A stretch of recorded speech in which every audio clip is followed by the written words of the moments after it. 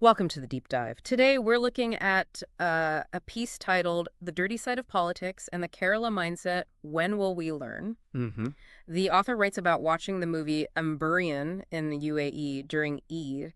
And what really struck them, apparently, was how political views might be, shaping how people reacted to it. Right. So for our listeners, we're kind of digging into why something like a big blockbuster movie, which you'd think is pretty universal, could end up being seen through such a political lens. Exactly. And what does that tell us about a society's mindset? It feels kind of paradoxical, doesn't it? You've got this group, Keralites, known for being really literate, politically switched on, Yeah, very aware. but potentially maybe limiting their enjoyment of a film that's getting good reviews just because of political stuff. It's a bit of a head scratcher. Well, what immediately grabs you in the piece is the author's own experience, right? Yeah. They talk about going to the Iberian premiere, Yeah.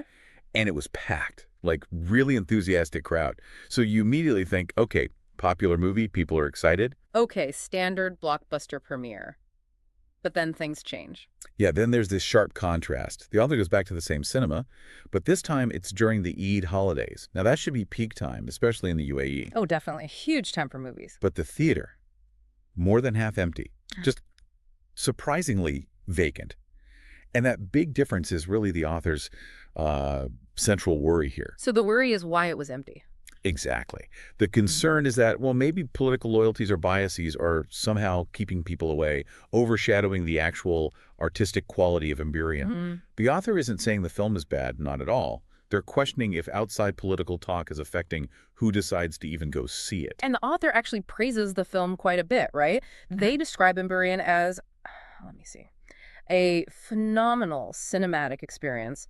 High praise. Yeah, it talks about captivating storytelling, breathtaking cinematography, masterful direction. So we're definitely not dealing with a film people thought was poorly made. It's positioned as a real achievement. And that quality, that supposed artistic merit, leads directly into the author's big question about the audience's mindset. Yeah. Why, they ask, are political biases allowed to dictate choices about art?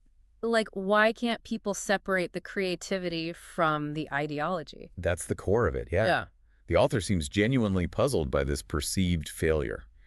It does make you pause and think about, what's the point of cinema?